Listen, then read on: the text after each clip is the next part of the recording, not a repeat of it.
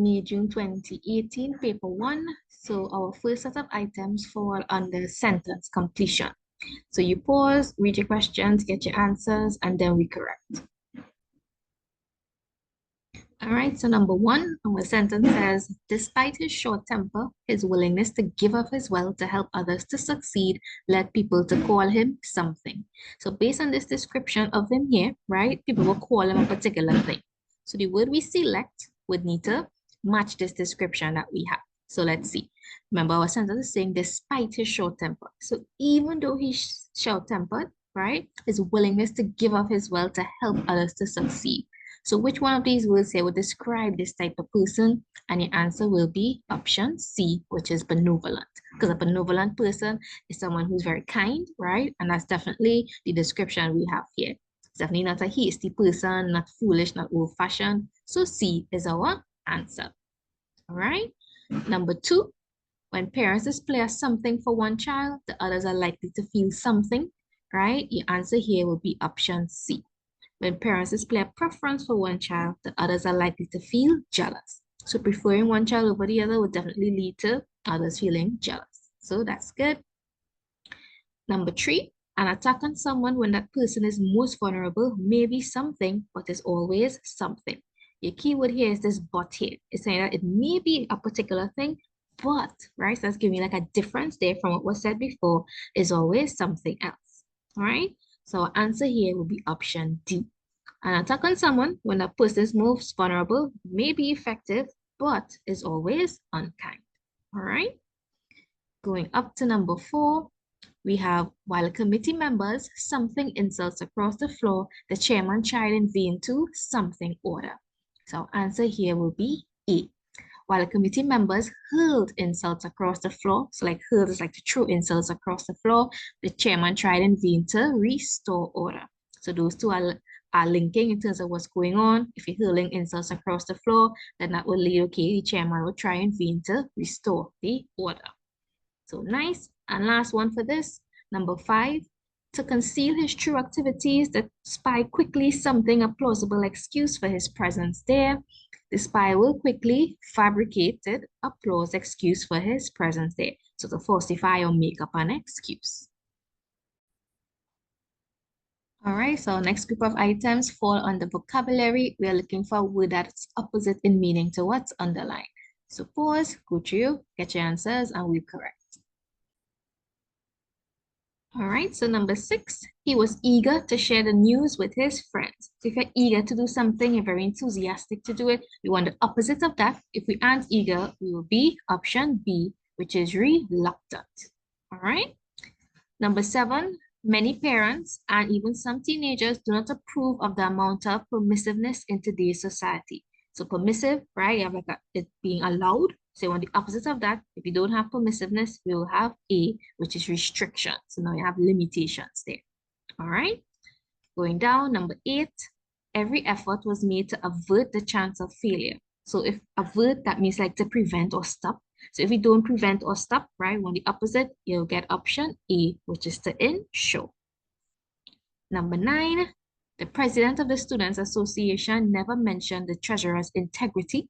So integrity has to do with the quality of being honest. So on the opposite of that, you have option D, which is dishonesty. And number 10, she seems to be sensitive to the feelings of others. If you are sensitive to something, right, has some sort of effect on you. So we have the opposite of that, which would be option B, right? She seems to be unaffected by. All right, so our next group of items fall under construction shift. So you read your sentences, get your answers, and then we go through. All right, so number 11. So for construction shift, you need to revise each of the following sentences according to the directions that follow. Do not change the meaning of the original sentence. Very important. Do not change the meaning of this original sentence that they give you. So look at the options A to D for the word or phrase that best suits your revised sentence and mark your choice on the answer sheet. So 11, people from crowded nations cannot get over the accessibility of Canada's natural environment in all its magnificence. So this is our original sentence, right? And the instructions we get is that we need to begin the sentence with. So our sentence is no longer going to begin with people from crowded nations. is now going to begin with, it is impossible for, right? So based on the option that we have, we know that we cannot continue this new sentence with the option. So we can't say like it's impossible for, to be over, or to get over. What we have to do now is from this new beginning now, we have to continue with how the original sentence began to give us that same meaning. So the sentence would read, it is impossible for people from crowded nations cannot get over the accessibility. And in some way here, you'll hear that error there where your sentence is not making sense, right? Because since we now have this new beginning with the word impossible, right? That impossible there is giving you the meaning of cannot. So you have that negative meaning there.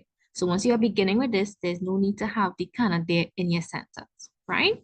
So what our answer will be for this will be option B. This will go in place of here. So your sentence would now read, it is impossible for people from crowded nations to get over the accessibility of Canada's natural environment in all its magnificence. That there will give us the same meaning of the original. When we shift it around, we bring the impossible for in the beginning, right? Take out the cannot and we just have to get over. That will give us the same meaning. All right. So nice. Going down. Number 12. If Charlie invites me, I will go to his party. So if Charlie does this, you will do this, right? That's what the sentence means. So now our instructions, we need to begin the sentence with, so we're not starting the sentence with if Charlie invites me, we are now going to start with were Charlie to invite me. That's giving you the same thing. Were Charlie to invite me? If Charlie invites me. So now our option, we need to select one that will give us the same meaning of I will go to his party. So were Charlie to invite me? The answer will be option A, I would go to his party. You know, D for a fact would not be it. I would have been. Been has a completely different meaning to go there, so you know that would not work. As well as the I will have gone and I would have gone would not give you that same meaning there in terms of your verb tenses and stuff matching. All right. So 12, we have A. Number 13, more is experienced in one day of the life of a learned man than an ignorant man experiences in his whole lifetime. So we need to now begin our sentence with a learned man, right? So what did the sentence say about a learned man? That more is experienced in one day of the life of a learned man. So once we begin our sentence with a learned man, we would need option C, which is a learned man experiences more in one day than an ignorant man experiences in his whole lifetime. Yeah, going up to number 14. She found, even after she had made several attempts to regulate the sprinkler, that the water was still reaching the furniture on the veranda. So we are beginning this sentence with having made. All right. So because of having made, you will not be able to continue any of the options here or even continue with the beginning of the sentence.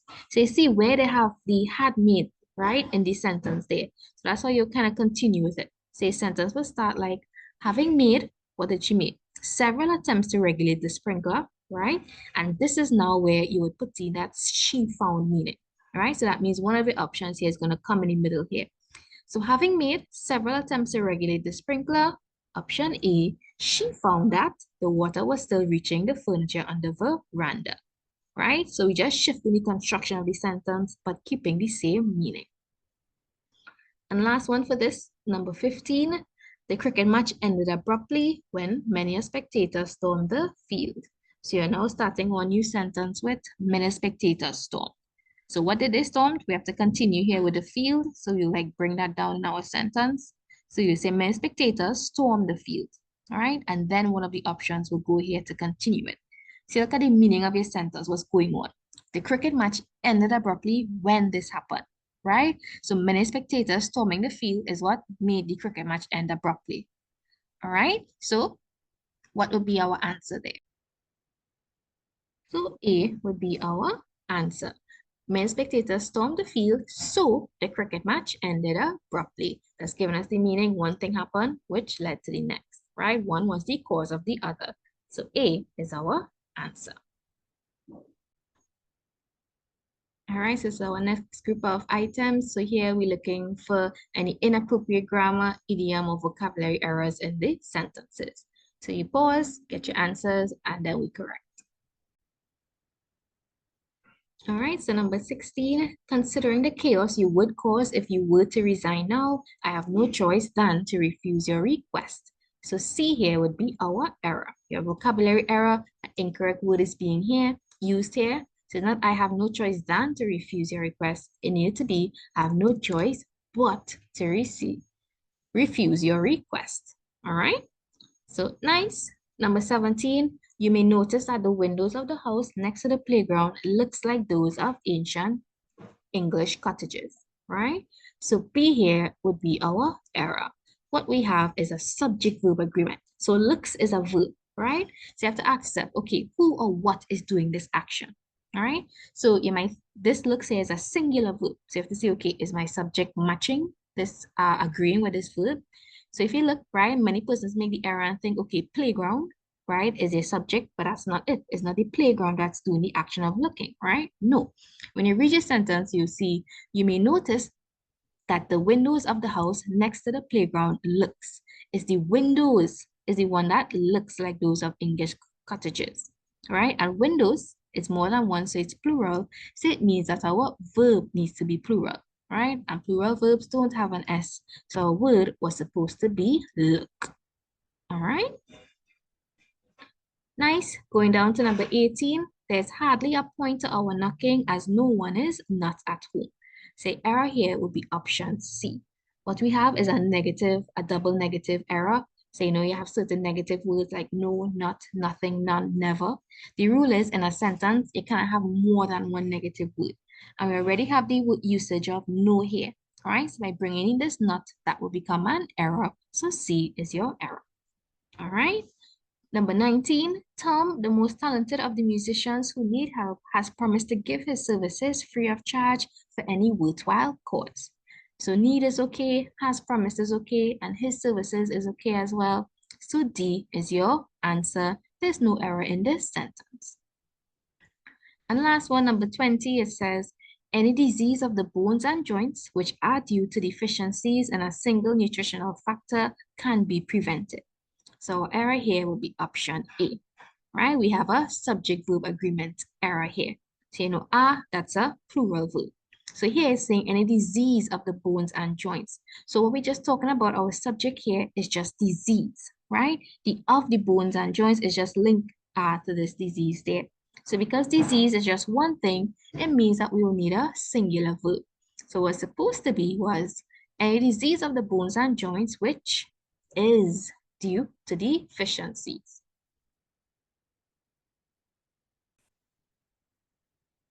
All right, so our next set of items fall under error recognition. So you pause, go through, and then we correct. All right, so number 21, there are many who have not considered the need to abstain from alcohol, but sobriety is truly the only option for one who wishes to engage in healthy lifestyle practices. Right?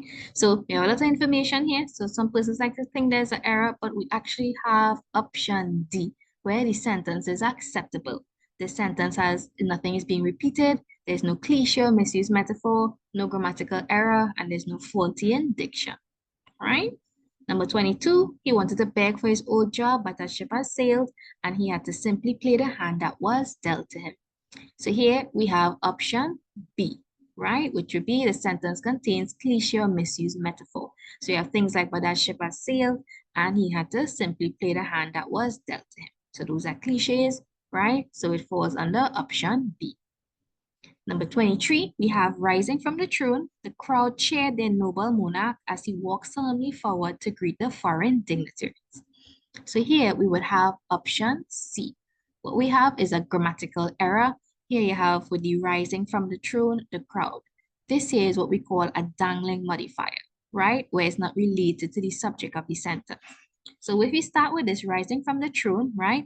This is supposed to be the subject that's linking to this, and that's not what's going on here. It's not the crowd that's rising from the throne. It's the noble monarch, the he here. So because of that, right, you have your grammatical error, right? Number 24, the moon shone brightly in the clear night sky. Its cool light a blessing after the searing heat of day. So this one, you have option D. The sentence is acceptable as it stands. Nothing is wrong with this sentence here. And last one, number 25, when the clerk raised his voice in protest, his boss asked him to hold his tongue since empty vessels made the most noise and are often thrown in the den to be eaten by lions. So this one here is littered with cliches, so we know it's option B. You have things like his boss asked him to hold his tongue since empty vessels made the most noise and often thrown in the den to be eaten by lions. So next we have our poetry question. So pause, read through your poem, gather your answers, and then we'll go through. All right, so number 26.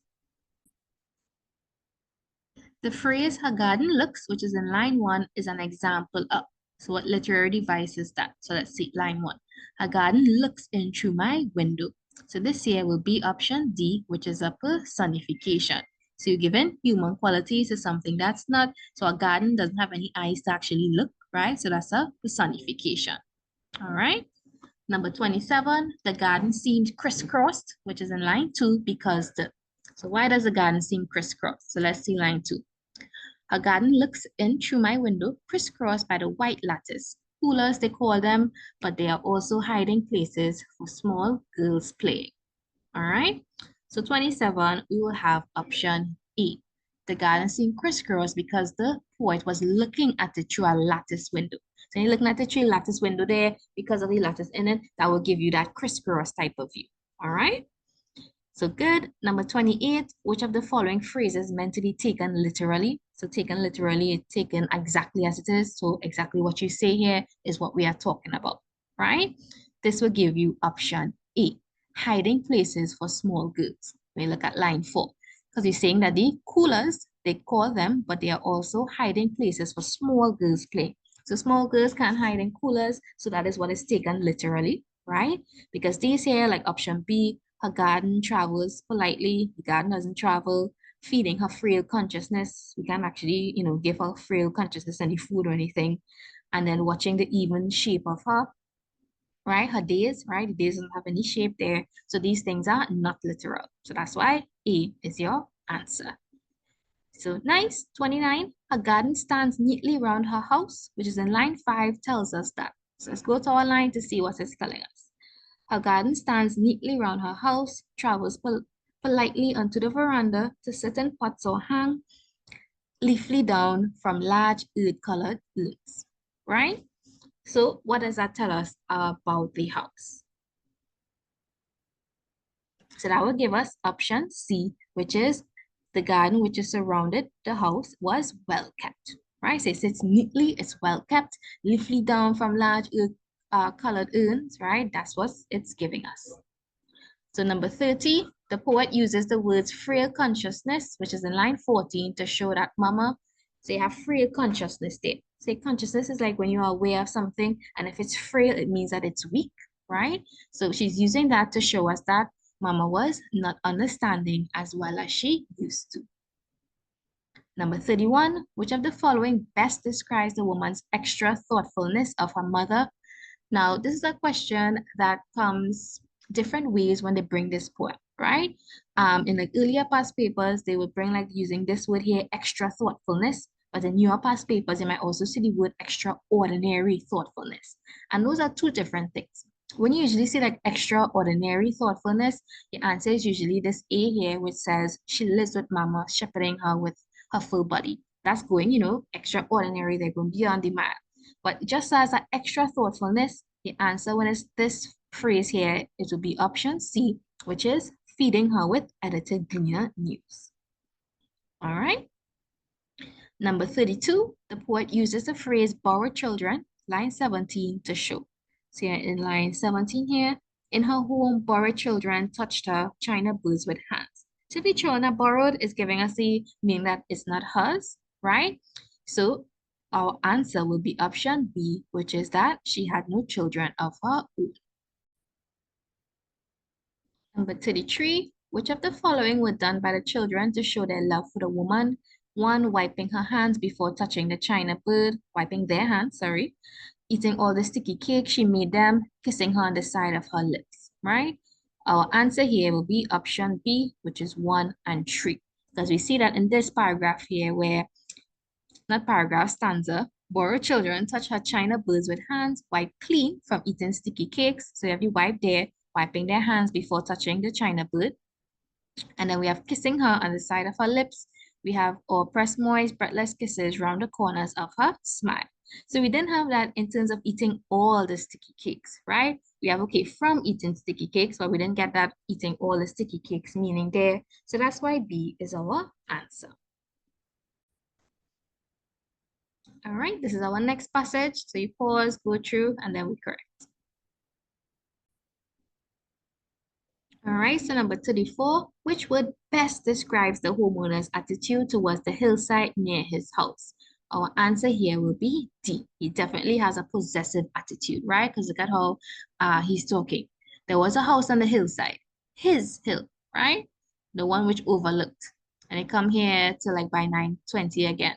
On his hill. It wasn't really his hill, but who else was there to claim it?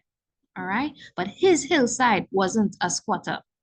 So you get that Mia is possessive. He thinks that it belongs to him there. So D is your answer. Number 35, the word struck him, which is line 2, suggests that to the homeowner, the sudden appearance of the squatter's house stirred disgust at the nature of the home, awoke interest in how quickly it was built, aroused shock at the unexpected neighbor, or stimulated pain because of the loss of privacy and control. So let's see what it was said in line 2. So this is it here. So let's read the sentence. Marcus wheeled himself out to the accustomed place at the table on the terrace, and the sight struck him immediately. So it struck him immediately. How could it not? It was an abomination, a desecration, a hearsay, a sight unbelievable, right? So what does that suggest? It will be option C, that it aroused shock at the unexpected neighbor. So that's definitely the emotion that happened there. So number 36, the phrase sat on, line 9, tells us that the house is. So we're looking at line 9. So that's here, right? So his house sat on a slight rise above the village in the valley, and from there he had an uninterrupted view of the mountains on all sides. So his house sat on. So what does that tell us of the house is option B, that it's comfortably situated, right? Because it's talking about his house now, right? So it sat on a slight rise above the village, so it was comfortably situated. Yeah.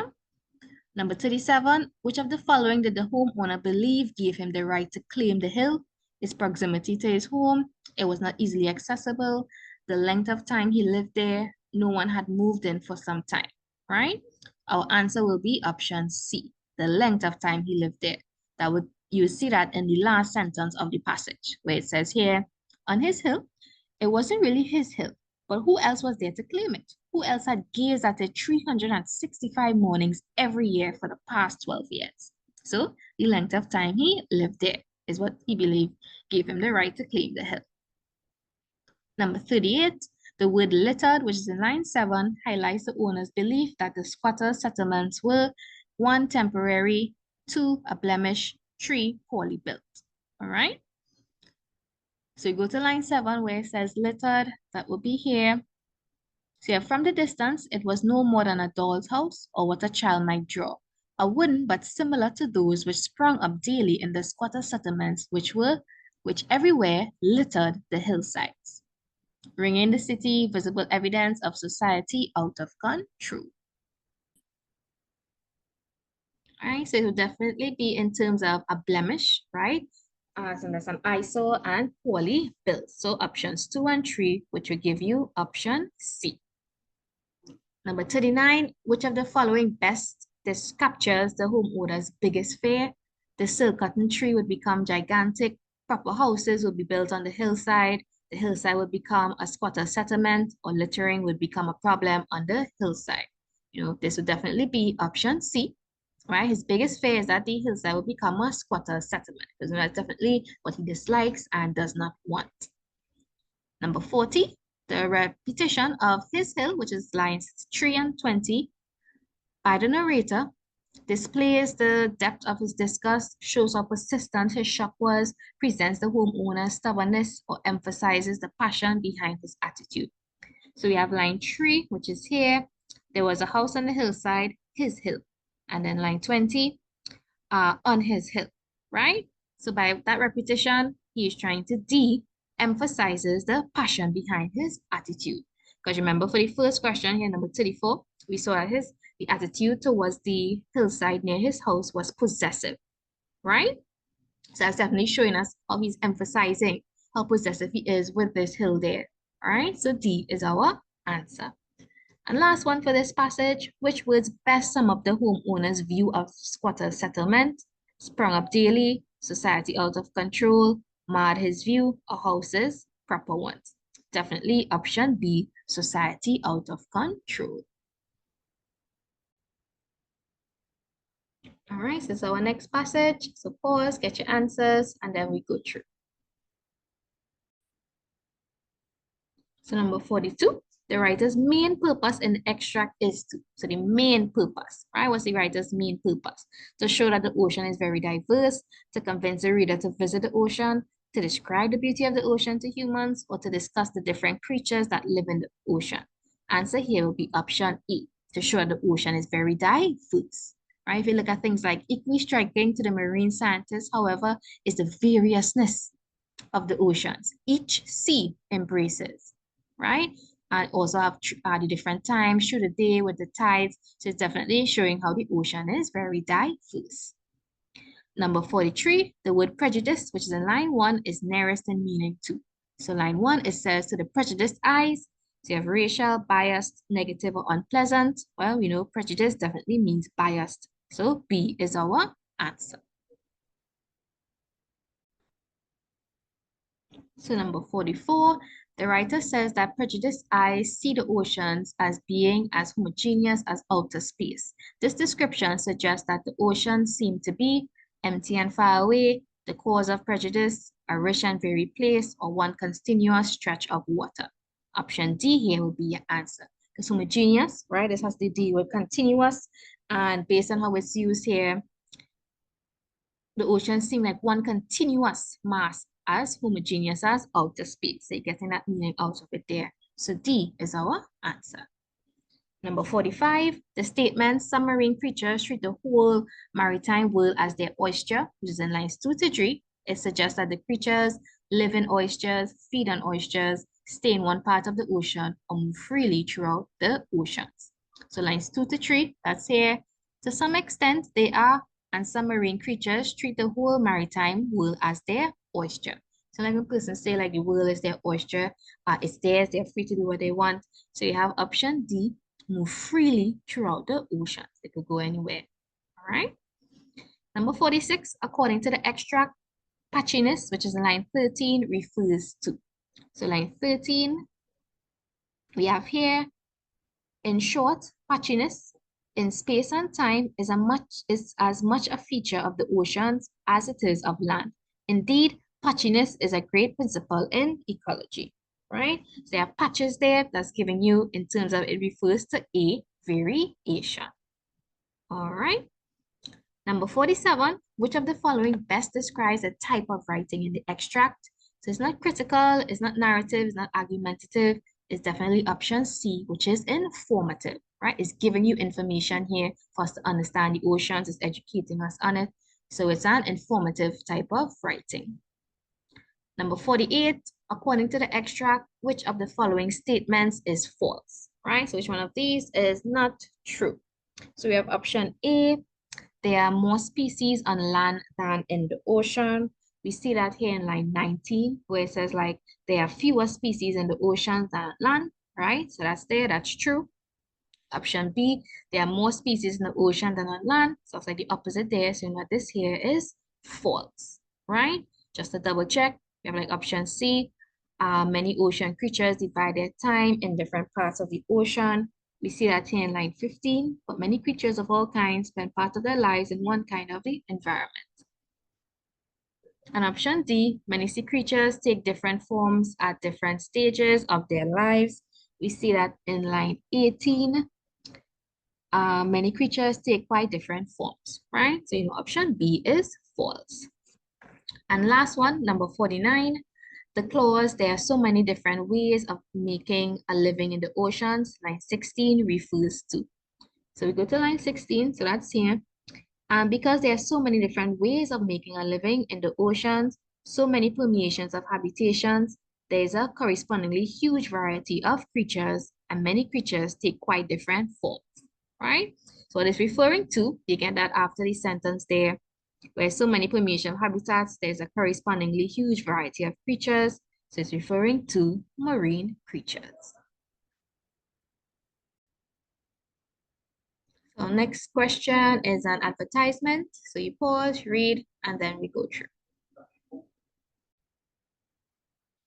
So number 50, the advertisement was most likely taken from A. So this one is straightforward. Option C, a tourism brochure, right? Because we're advertising the tours that we are offering, right? So it's from a tourism brochure. Number 51, which of the following is nearest in meaning to off the beaten track, which is in line 1.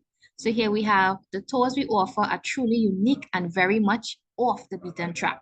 So it's off the beaten track there. So that's giving you option D, which is it's along routes not regularly traversed. All right, so off the beaten track, along routes that's not regularly traversed. So good. Number 52, which of the following does the advertisement promise? We have 1, scenic beauty, 2, sedate enjoyment, and 3, outdoor adventure. So the advertisement will promise all 3 of these. So you have option D, right? So let's see where we see it. We definitely know they're talking about scenic beauty. You'll get that all here in terms of culture and breathtaking scenic highlights. So they tell you about that. The next one we had was sedate enjoyment. That will tell you, okay, what are they offering? Where you can see whether you're adventurous type or prefer a more laid back tour. So that's giving you the different types of enjoyment that they offer there and they sedate. And then you have outdoor adventure. So definitely told us things outdoor that we could do, as well as the name of it here is at Highland Outdoor Tours. So you definitely know that that's what they're advertising. So that's why all 3 would be our answer. So number 53, the phrase, the neat sugarcane fields sweep down the rolling hills in line 5 contains an example of. So line 5 there, the neat sugarcane fields sweep down the rolling hills. That will give you a contrast. And last one, number 54, this advertisement seeks to persuade the reader mainly through the use of. So we know mainly here we would have option B, which is imagery, because we have a lot of images that they're giving us there in terms of the scenic views and what they have to offer. So last, here we have our advertisement. So you pause, look at your advertisement, get your answers to your questions, and then we correct. So number 55, what does the airline promise if a person joins the miles program? So we have joined our Caribbean Miles program. You can earn Caribbean airline miles every flight. So what they promise is that rewards for every flight. So that'll be option D. Number 56, how many bonus miles does a silver tier member receive? So a silver tier member, we have unique member credentials, 3,000 miles. So that will give you option E here. So which of the following destinations can a person fly using 25,500 airline miles? So let's check and see. We have here in terms of the 25,500 one-way business class. That's between the Caribbean / South America and North America. So based on the options, we have North America there. So option D will be our answer. 58, according to the advertisement, what should a prospective member do if more detailed information is needed about the benefits of a program? So what should they do? You have that at the end here. For more information, you could visit us at CaribbeanAirlines.com or call us, and you also have email. So what we have there is that we could, option B, visit the airline's webpage. Number 59, which technique does the advertisement use to appeal to travelers to join the MILES program? Facts, opinion, persuasive language, personal experience. So our answer here will be option A, right? It's littered with facts telling us exactly what it's about and the benefits that we will get. And last one, number 60, the main purpose of the advertisement is to encourage persons to. So it's the main purpose of this advertisement, right? Is that they want to encourage persons to, option D, become members of the MILES program. And that's the end of our past paper.